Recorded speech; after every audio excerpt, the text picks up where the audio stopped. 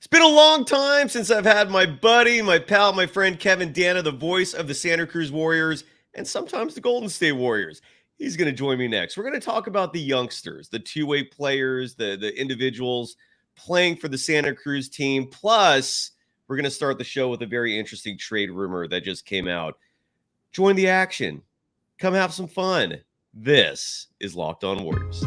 You are Locked On Warriors, your daily Golden State Warriors podcast. Part of the Locked On Podcast Network, your team every day.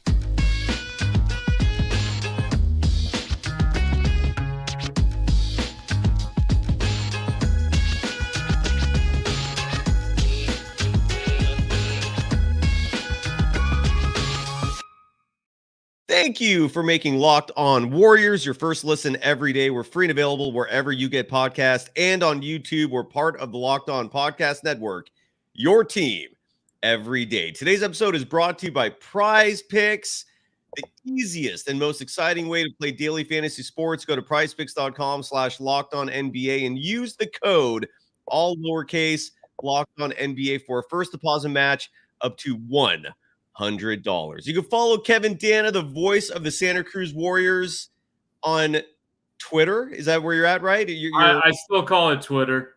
You're sticking to your guns, despite the ethical malfeasance of the owner and operator. You're staying with Twitter. I hear you, man. I'm not having to. We're not discussing that. But people can follow you there at Kevo408, and you can follow me on Threads, the lesser of two evils, at Dog Wild. Kevin, it is so great to see you, man. I know you're an insanely busy individual, and that's why we don't have you on this program as much as we used to. I've missed you. Great to see you. How are you doing? And give us your quick thoughts on what I just saw coming down the wire, that Anthony Slater, who covers the Warriors for The Athletic, reputable, credible. When he says something, you at least should pause and give it a listen. He's saying that the Warriors are reportedly getting in the mix for the Dejounte Murray trade talks. The point guard for the Atlanta Hawks that is reportedly going to get moved, or at least is on the trade block. What are your thoughts on that, which is just befuddling to me? And how the hell have you been, brother? Good to see you. Hey, good to see you. Yeah, this is the first I've heard of anything Dejounte Murray. I was looking at Slater's Twitter. I didn't see anything on his Twitter. It's not on there. I think he said it on his podcast, and people picked that up, and now they're going with it. Yeah, so gotcha. Well, I guess yeah, I see what you're saying now. First, obviously Dejounte Murray is a great talent. He scored 20 plus per game the last 3 seasons. He's a bigger lead guard. It hasn't worked in Orlando. I mean, they are 4th worst in defensive rating. Atlanta? You mean Atlanta? Yeah, right? the Atlanta. Yeah. You said Orlando. I don't know. Orlando. Yeah. Yeah. No. Well, I meant Atlanta. The Atlanta Magic. No, the Orlando Hawks. I mean, the Atlanta Hawks. They're close to each other. They're close to each other. I get it. Yeah. Thank you for Thanks for dude, we don't do shows when the sun is out, even though it's a rainy day today. No, I don't know if you're like me, man. I'm barely awake, but we got energy. We're going. It's all good. 27th in defensive rating. The Hawks. I mean, they just put up some clunkers on that end of the floor, like with him and the Trae Young, Dejounte Murray backcourt, largely hasn't worked. Right now they're 14 and 21. They're 27th in defensive rating. So the individual talent is great.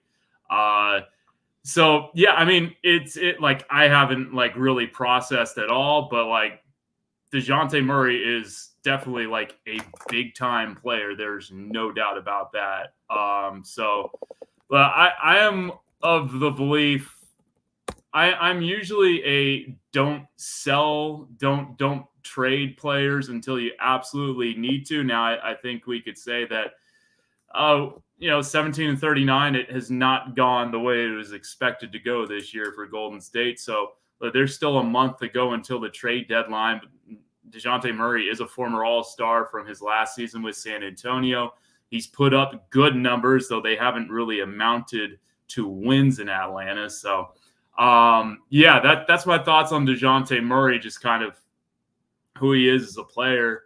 To answer your first question, I think we should let the audience know, Cyrus, that I browbeat you into doing an afternoon show today instead of a live after the Pelicans. So I was going to try to go to this meetup to meet people, and it looks like it's a fake event online. So yeah, so that was great. And then our differences over January 6th and the vaccine kept us from doing a show before this point. I'm just joking. But we're on the same side, man. Yeah, I know. I just no differences there. I wanted to create some extra drama for the show that didn't exist. But let's just make it a political. Let's just talk politics on today's episode of Locked On Warriors. Yeah, Haley and Ron DeSantis debating tonight. Yeah, we want to sabotage our careers in sports media, but we're going to dedicate 30 minutes to politics talks. That's And by the way, just to show you, Kevin, you probably missed this too. You just said the Warriors are 17-39. That's an awful season, man. I don't know where I thought I said 17-19. I said 17-39. You did, and you said you're on fire today, dude. Wow. Let's see what other misinformation I could give. I love it. This show is not meant for the day, and that's fine. But dude, let's talk. You covered the Santa Cruz Warriors as their play-by-play voice, and real fast, the Dejounte Murray thing. I just got to add real fast. Look, he is a fantastic player, but is he the right player for the Warriors given their needs and what's going on? I would emphatically say no. I don't see how that fits. I don't know. I don't see how that makes any difference. If Dejounte Murray and Trae Young can make it work, I know Stephen Curry is night and day different than Trae Young, but the defensive issues are still there if you make that move. So I don't get it. I hope that's not realistic and doesn't actually happen. That is my 2 cents on that. To the Santa Cruz Warriors, brother. How are they doing, first of all, this year? Enlighten the audience, because people can go see the Warriors, the Santa Cruz Warriors. It's a short drive down the 17 or the 1 to beautiful Santa Cruz. They've got the amazing arena there with the Kaiser Permanente Arena. Is that what they call that place? How are the Santa Cruz Warriors doing this year, man? How are they in the standings? Like, are they good this year? I always feel like there's a correlation between the big league team and Santa Cruz. Like, if Santa Cruz is doing good, usually it carries over. How are they doing this year? So, yeah, well, I guess, since Santa Cruz has been around, the Warriors have largely been a playoff team. So that would make sense. So the first part of the season was great. They went 11-5, made it to the semifinals of the Showcase Cup tournament, where the winning team gets a $100,000 cash prize. They lost to the team that eventually just reading the comments. Yeah. Don't let that distract you. But yeah, lost to the team that won the $100,000 prize, the Westchester Knicks. And Westchester started so they reset the records, which I'm not the biggest fan of, after the Showcase Cup. That's a story we don't need to get into here. But like, Westchester won the Showcase Cup. They started 0-5 in the regular season. Santa Cruz got to the semis of the Showcase Cup, and they're 1-4 in the regular season. But I will say, from the state-run Kev perspective of things, they have 4 of their 5 games have come against like 2 of the best teams in the league, Sioux Falls and Indiana, the Mad Ants, no longer the Fort Wayne Mad Ants. So it was a tough schedule to start the year, and they just ran into. I don't know if any of you who are listening remember Imani Bates when he was 15 years old, supposed to be like the next Kevin Durant. Well, he's on a 2-way contract with the Cleveland Cavaliers now, and he is. Someone was saying he was the next Kevin Durant. Yeah. Oh yeah. Like this must have been like 5-6 years ago now. Like, he was supposed to be like the next dude coming up. Like, he was the number 1 recruit in his class. Like, then Chet Holmgren kind of took over. I think he reclassified or something. He like jumped to college early, did 2 years of college. He lit it up at Eastern Michigan last year, which is where he's from. And this year in the G League, he's a killer. And if you just watch his game, you're either going to love him or hate him. But like, he takes some of like what you would say are the worst shots known to mankind, but he makes them. He's like a 44% 3-point shooter. I mean, he had a 3. Oh, Jesus. Sorry, Nick Saban's retiring. I just saw that come across ESPN. Is that really? Is that true? It was on the ESPN bottom line. Nick No, Saban that's retired. attention getting. I know that has nothing to do with NBA basketball, but that's attention grabbing. Yeah. But like Imani Bates hit this three where he catches it and his feet are pointed towards the sideline. It just goes up and on the air. I'm like, now that's a bad shot. And then a second later, he switched it. And so it's like, you can say this guy takes bad shots, but he makes them. So they ran into like a buzzsaw that it was Imani Bates, who's just been torturing G League defenses this year. So that's why they're 1-4. They got a 4-game homestand coming up. Come on out Saturday, Monday, Friday, Saturday, coming up against the Lakers G League team, the Nets G League team, and the Clippers G League team.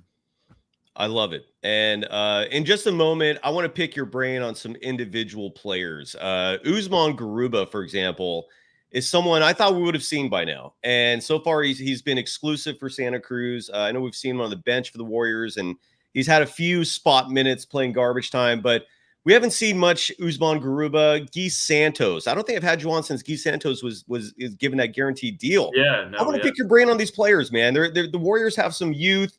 I also want to answer real fast from I Want Mikal Bridges, asking, what do we think of Mikal Bridges to the Warrior? I would love that. I mean, what's not to like about that idea? I don't know if that's true. Yeah, why would Brooklyn give up Mikal Bridges? Yeah, and yeah, I don't think he's on the market, but anyways, and then someone earlier was defending. Yeah, what's up? I was just gonna say, unless they want to have a fire sale because their season's kind of like not heading in the right direction. But yeah, agreed. And then someone earlier in the chat was saying that was giving some defense of Dejounte Murray, but he's 6. I don't think so. Here's Solo. Is he a great defender? I've never known Dejounte Murray is a great defender. Is he? I don't. Well, I haven't watched him. Like they play the Atlanta Hawks twice a year. They played San Antonio like 3 times. Like I can only watch NBA games when Golden State's playing the other team. So like I haven't seen him enough to say whether he's a great defender or not. I mean, he has the length to be a really good defender. You just take a look at him, like he can get into passing lanes and all that. But like, I don't have an expert opinion on his defense, so I will refrain. KCHA says he's made all defensive teams. I mean, look, the only reason why that wouldn't excite me is, I mean, he's 6'5". I mean, in this modern NBA, like, I don't know if a 6'5" player is what's going to turn things around. I just don't think that's what's plaguing them. I don't know. It just feels like he would be more redundant than something that would be a game changer. But he was second team all defense in 2018 to that commenters. There you go. Okay, so 6 years ago he made a second team all defense.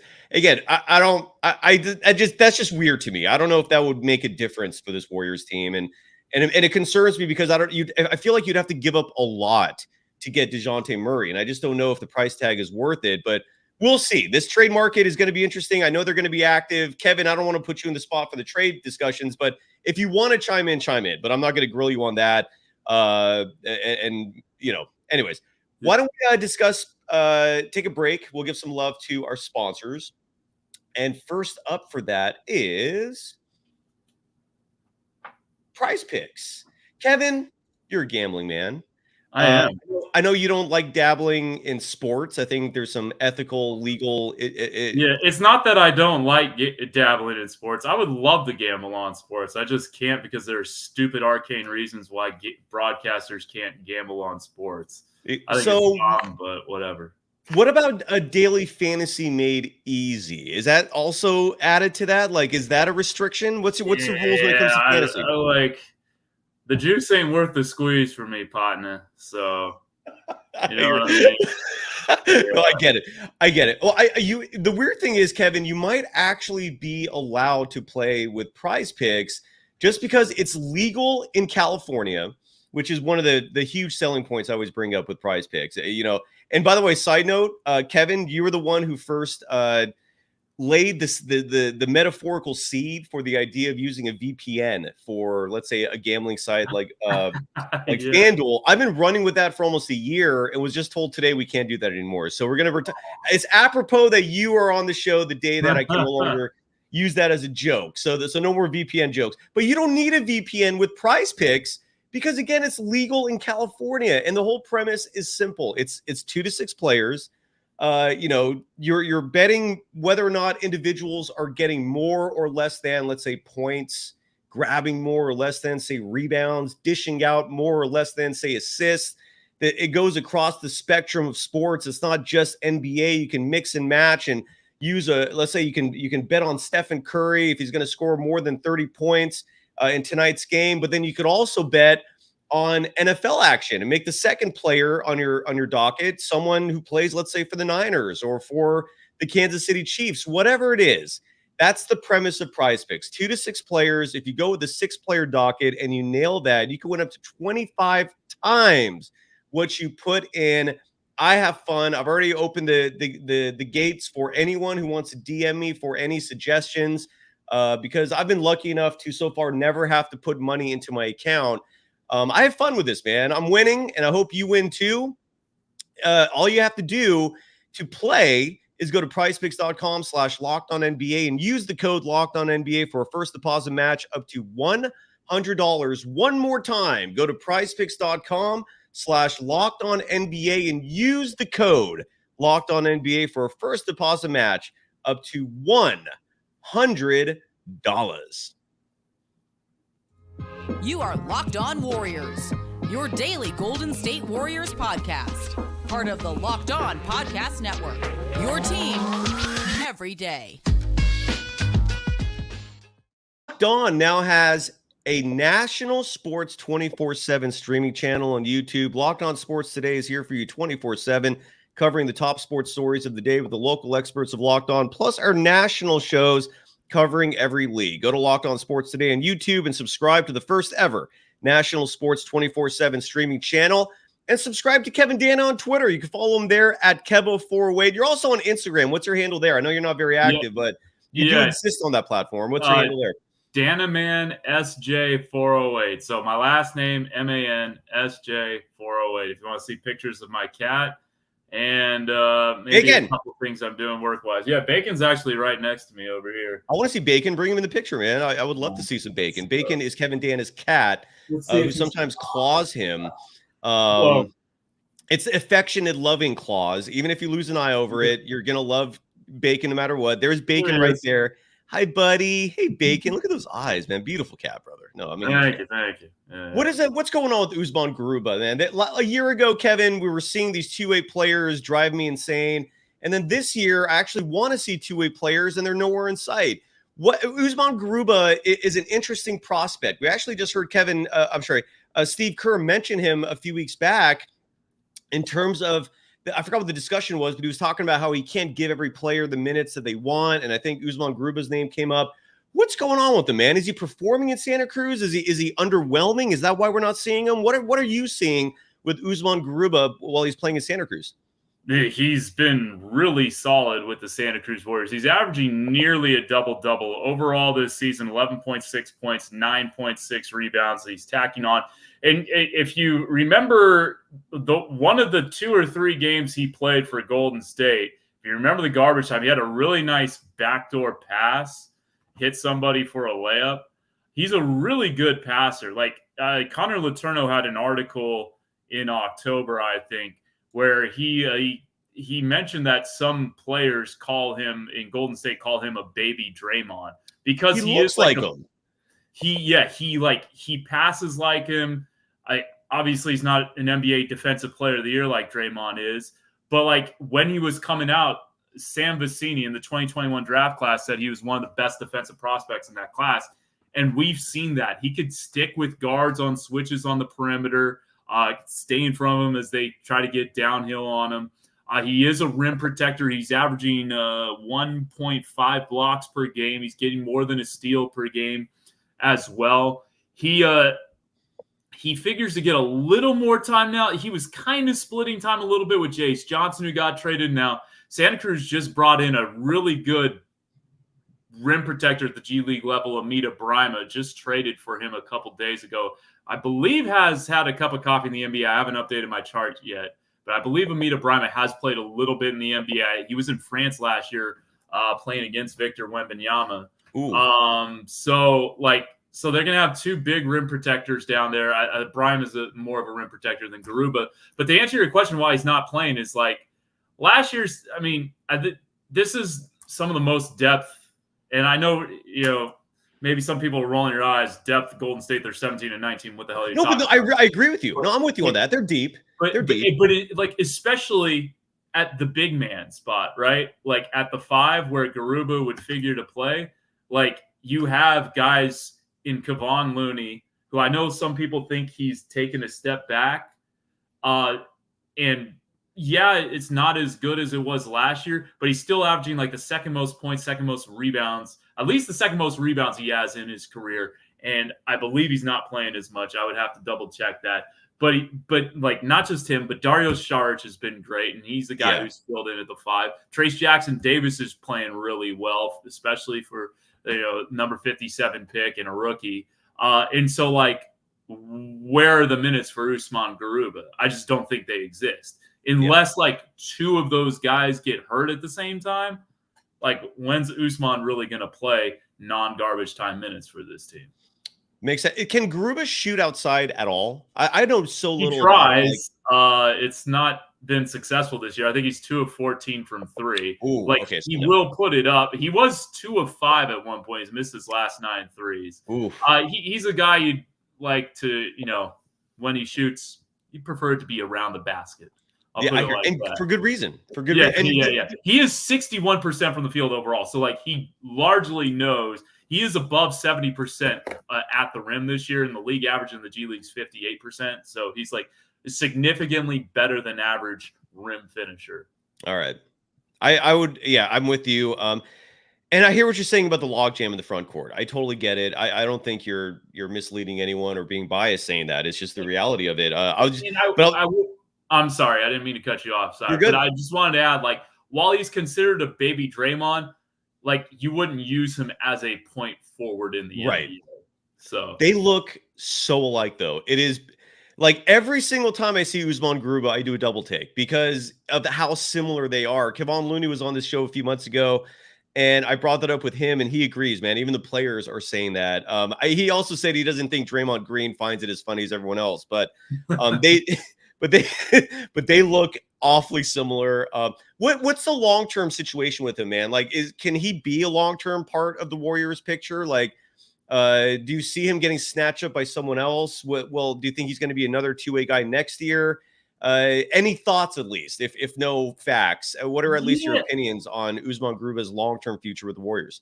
I mean, I think there's something there for Usman with respect to being an NBA player in the future. Look, he was a first-round draft pick, and he was like largely a rotation player each of the last 2 years in the NBA. Now, albeit those were the Houston Rockets, were not the Houston Rockets of this year.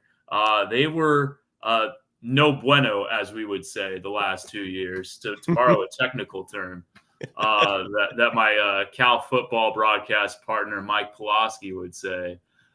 They're just like, he was a rotation player on a really bad team the last 2 years. Like, I think there are future NBA minutes for Usman Garuba.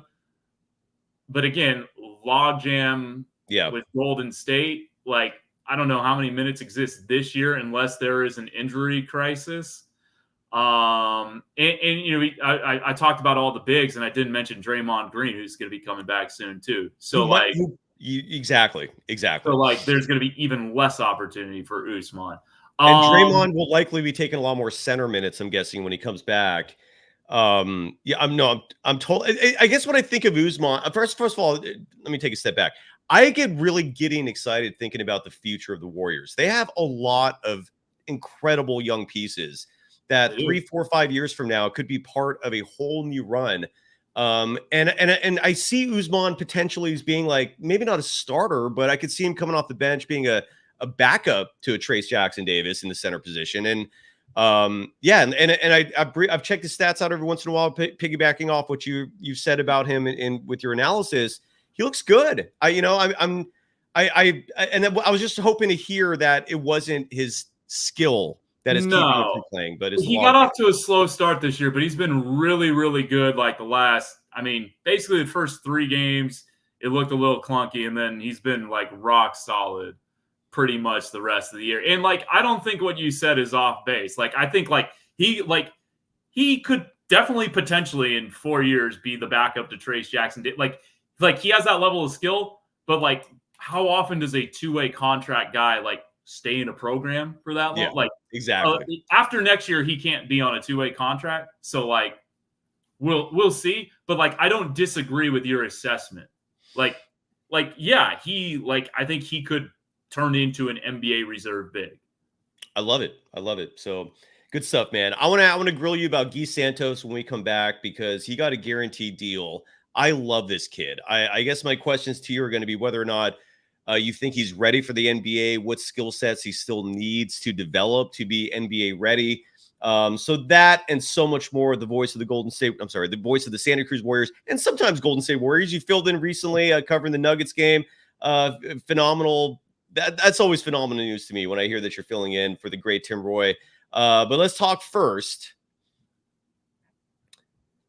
about Jase Medical. One of our did you want to add something? I'm sorry, or you just Oh no, I was just punctuating the Jase nice. Medical. Okay. Look, I know we come to sports to escape from some of the crazy realities of real life, but can we talk just for a minute about preparing for real life? According to the FDA, pharmacies are running out of antibiotics like amoxicillin right in the middle of the worst flu season in over a decade. That's scary news. I can't imagine a more helpless feeling than if, let's say, your significant other, one of your kids, got sick while a supply chain issue kept them from the life-saving medication they needed. Thankfully, you'll be okay because of Jase Medical. The Jase case is a pack of 5 different antibiotics to treat a long list of bacterial illnesses, including UTIs, respiratory infections, sinusitis, skin infections, among others. This stuff could happen to any of us.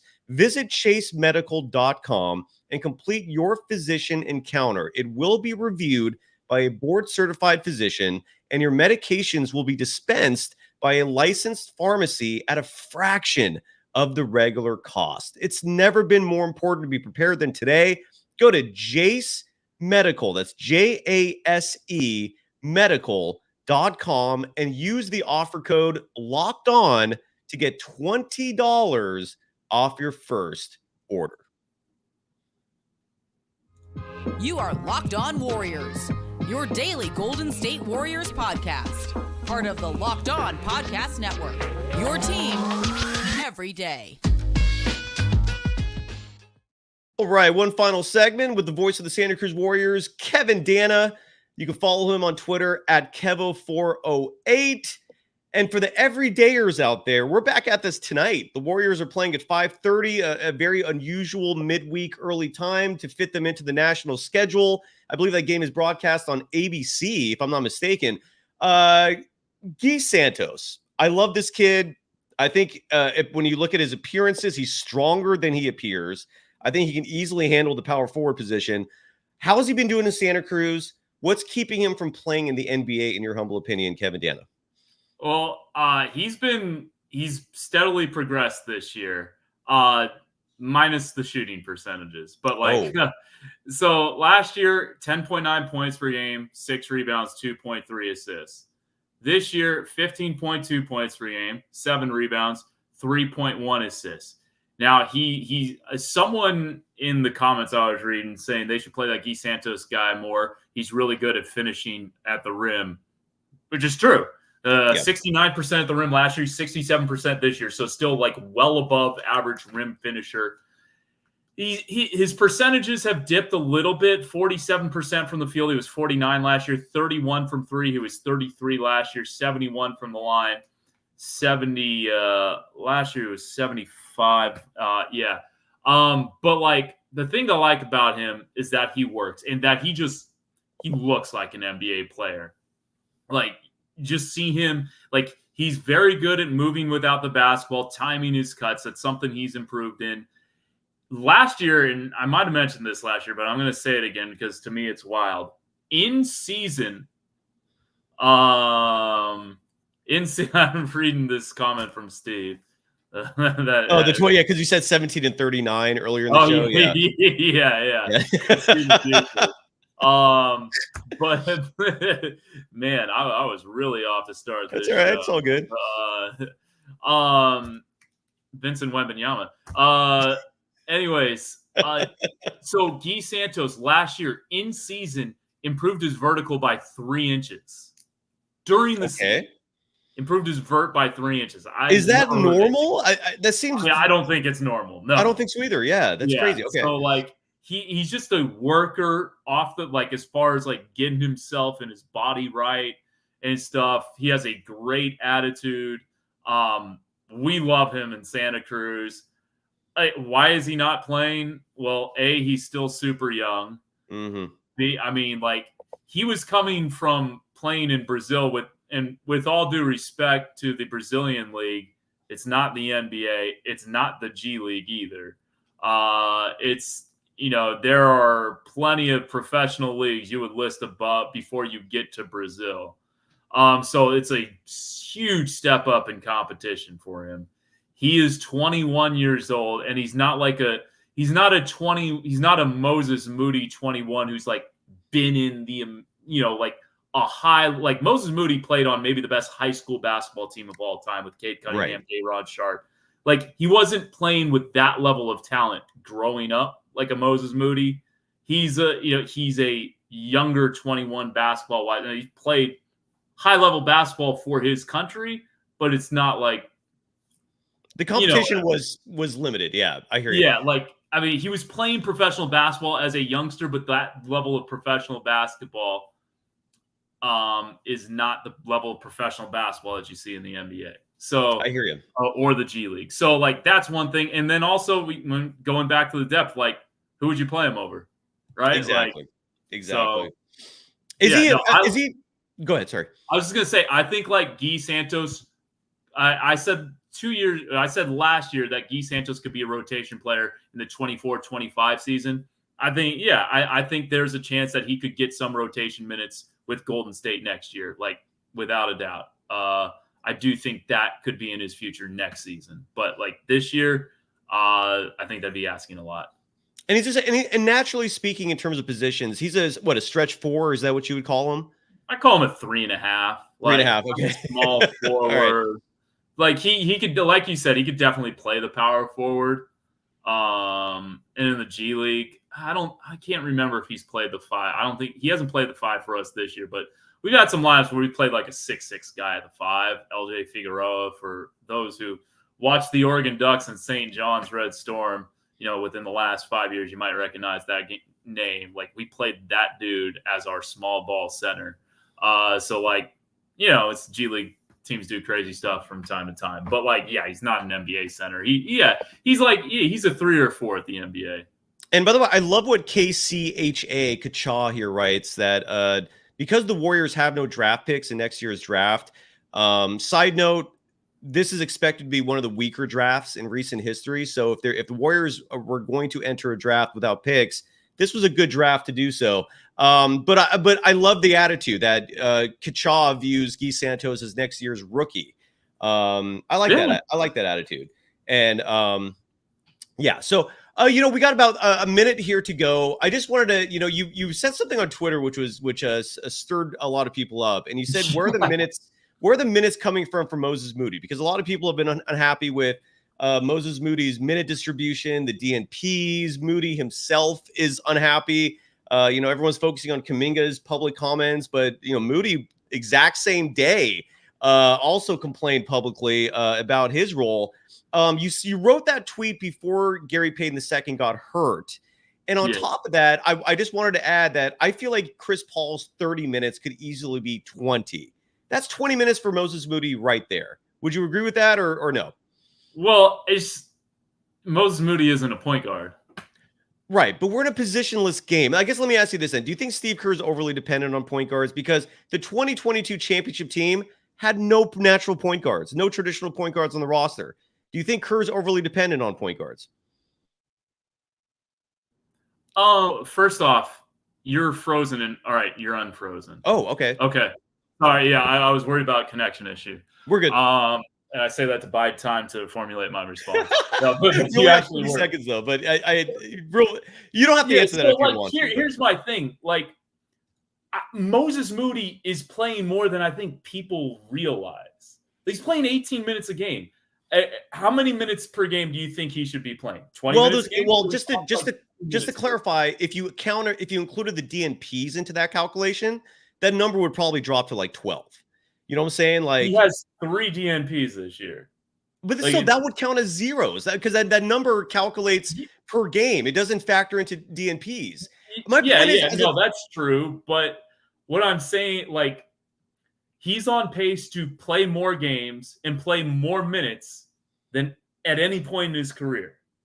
And so, like, I love Moses Moody. I want to see him on the court too. But he is playing significantly more than he has in the past. And I know, like, people would say, well, he should have played significantly more last year, and I would agree with that.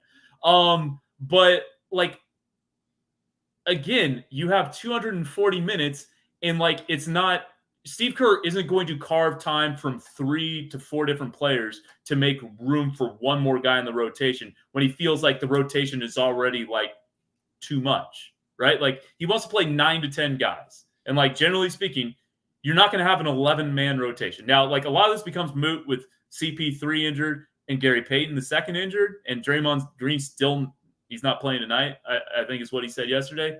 So, like, it's moot for now.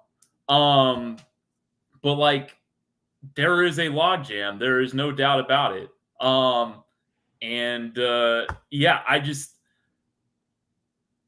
feel like, look, I love Moses Moody. I think he's a great reserve player to come off the bench. And, like, would I like to see him get to 20 minutes a game? Sure. But, like, he is not that far off. And I understand the point you make about DNPs and how that would change stuff. But I think people are getting a little too riled up over this, personally. Well, I would agree to disagree there, just simply because Moses Moody was a lottery pick in one of the deepest drafts in NBA history. And to see him getting DNPs, to see Corey Joseph some games get more minutes, to see Steve Kerr. They're different positions, though, is what I know you say it's a positionless game. It is. Like, it is. And I'm not saying that it's a fact. It's a fact. There's no. But like, you still need someone to run the offense. But who was running the offense 2 years ago when they won a title, Kevin? Stephen Curry? The answer is it was Steph, it was Draymond, and it was Jordan Poole. And Jordan Poole's gone, but you got Chris Paul. But Jordan Poole wasn't playing. I mean, but my point is the Corey Joseph minutes to me make no sense. Andrew Wiggins to me is cooked. So any minutes you're giving him at this point is a waste. And a 17-19 record makes it very hard for me to justify these decisions. I don't know. I know you're in a tough spot because you work for the team, but here's the position I take. I generally think that Steve Kerr knows a lot more about basketball than I do. and I think so you're short. You're selling yourself short saying that. No, I really do believe that. Like, I really do believe that because every individual is different. We've seen plenty of head coaches who just really are not qualified for this job. And you and I are smart enough to analyze the decisions that are being made on this court that affect individual human beings, in this case being the players on this team, 2 of whom are very unhappy right now. I don't know. I just don't like to just blindly trust individuals. That's not how I roll. I know Steve Kerr's resume is deep, but I think you and I are smart enough to come up with ideas ourselves. We have brains, and we can see for ourselves if something stinks. And you know, I don't know. But look, you and I can agree to disagree. I would say it's definitely fair to not blindly trust someone. Like, it's fair to criticize. Like, I don't have a problem with people criticizing others. Like, my perspective is I see like the trends, and I think it's trending in the right direction for Moses Moody. And like, Rome wasn't built in a day. It's trending right for Jonathan Kuminga. He is averaging more minutes per game. He is having career high in scoring and rebounding. And I do believe he will get to at least 33% from 3 this year, because that's what he's done each of his last 2 years. And once that gets up, then like, he's probably going to be at 14 to 15 points per game by season's end. And he's at 23 minutes per game. And like, look, Kuminga? Yeah. He's at 23 minutes per game. So like, they're trending right. I know people want it faster, but with some. To be fair, Kevin, I wouldn't want it faster if the results were producing better than what we're seeing. I mean, and it's not just that. It's like you take away the 2022 World Championship, And even include that in the overall body of work. Over the last 5 years, Steve Kerr's literally been a 500 coach. And so a lot of this is basically giving him the benefit of the doubt for the first 5 years of his tenure. But that was a long ass time ago. Those rosters were damn deep. I mean, and the foundation was already built, So for me, I'm just not as deferential to Kerr as some other people are. Again, a 500 record for 5 years. And if you look at the 5 last seasons, you look at a Budenholzer who with the Bucks, he got shit canned. I rarely swear on the show. I apologize, but he won a title 2-3 years ago, but they look at the whole body of work, and it's like that's not enough. Vogel for the Lakers won a chip for for that team, and he got fired. The championships don't always represent a coach's acumen, is what I'm trying to say. It's okay to criticize them, and I'm just looking at Kuminga and Moody. These are 2 lottery picks. And you factor Wiseman into this as well. These are 3 lottery picks who, I just don't see them being utilized the way I think they should. And again, if the Warriors were a winning team, different story. But they're 17 and 19. You have 2 players disgruntled over this. I just don't see how this is. I'm a results-driven individual, and right now I'm looking at the results, and I just don't see how clearly the results aren't there. I'm not disputing. I'm not saying it's all rosy. And so I just have to go, but I will say it's you can't play Wiggins and Kuminga this year have not worked together. They're minus 20.6 net rating in 146 minutes. Can I add one thing to that real fast? Wiggins and anyone doesn't work. Well, I'm sorry. Go ahead. I was just gonna say after that, Wiggins hasn't worked with anyone. But go ahead. Yeah, you're right. Kuminga's the worst, but Wiggins as a duo net rating, there is no positive with anyone. They're all deep in the negative. It's just Kuminga's the worst. You're right. Yeah. So, anyways, yeah, I hear you, man. I know the people don't appreciate my opinion on this podcast, as I can see. It's okay. Look, come for me. I'm a company man. I ain't gonna It's okay. No, from that. Kevin, it's okay, man. And I'm not trying to put you on the spot. We that's the beauty of sports, right? I think you and I don't know about you. You're play by play. For me personally, man, that's a huge reason I got into this. I think debating sports is fun. I generally don't care about I enjoy doing this. I generally am not a sports debate person. You're a play-by-play guy. I get it, man. Yeah. You're about telling the story of what's happening at the moment, correct? Yeah. I mean, I don't like to think about stuff. I just like to react. And so you're never going to get really good opinions from me. But it's got him in a corner like an episode First 48. I really have to go. I'm sorry. I know. That's why I know. I'm sorry, man. Look, my only question, Anthony Harris, are you the same Anthony Harris that played point guard for the Fort Wayne Mad Ants 7 years ago? Oh. I can't tell. I didn't mean to highlight that. Kevin, I don't mean. I'm sorry. Dude, I didn't mean to make this a debate, dude. I'm sorry. No, that's right. That's what this show is for. I know what I'm getting myself into. I saw that tweet the other day, and I just was like, well, there's an easy fix for that, I don't think it's as easy as people are making it out. It's not just take minutes from this guy, take minutes from that guy, take minutes from that guy, and here's more minutes for Moses Moody. You're Steve is not going to expand the rotations. All I was saying. Okay, this is not the same Fort Wayne Mad Ants point guard answer. I don't see. Yeah, I don't. Anyways, I know you gotta go. You gotta go. I know. I hear you. I love you. I love you. I'm sorry for. It's for fun doing this show. I'm sorry it's been so long since we haven't done it, and I'm more than happy to talk more about Moses Moody and Jonathan Kuminga. We're done. Sometimes I get right. I do want to go at. We're done. Go do your thing. Yeah. I love you, man. And anything you want to promote before we go real fast? I know you got to run, but Santa Cruz Warriors. How do people get tickets? Social media, promote away, brother. Yeah, come see us play I think we're giving away Stephen Clay golfing bobbleheads on Saturday. Though I hear we're close to sold out or maybe already sold out because I'm still trying to get 2 tickets. So don't get tickets before I get them. And if you want to debate Moses Moody minutes with me at Kevo408 on X, if you want to debate Jonathan Kuminga minutes with me, I am open to hearing other points of view because apparently everyone, I have not many people are. I like largely agree with you guys. Like, I love Moses Moody. I love Jonathan Kuminga. Kevin, the fan base is frustrated, man. I think that's what the root of all this is, dude. You have a fan base that's really frustrated because, I mean, trust me, I threw my laptop watching the end of the Nuggets game. And like, I think I messed up my binoculars because I threw them on the ground. I was like, yeah, it's like, that was a frustrating loss. No doubt. But yeah, I gotta go.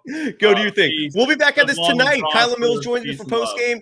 Kevin, love you, brother. You are amazing. And as a play-by-play voice, you are the pinnacle, brother. You are at the top of the list. Love you, man. Bye-bye. All right.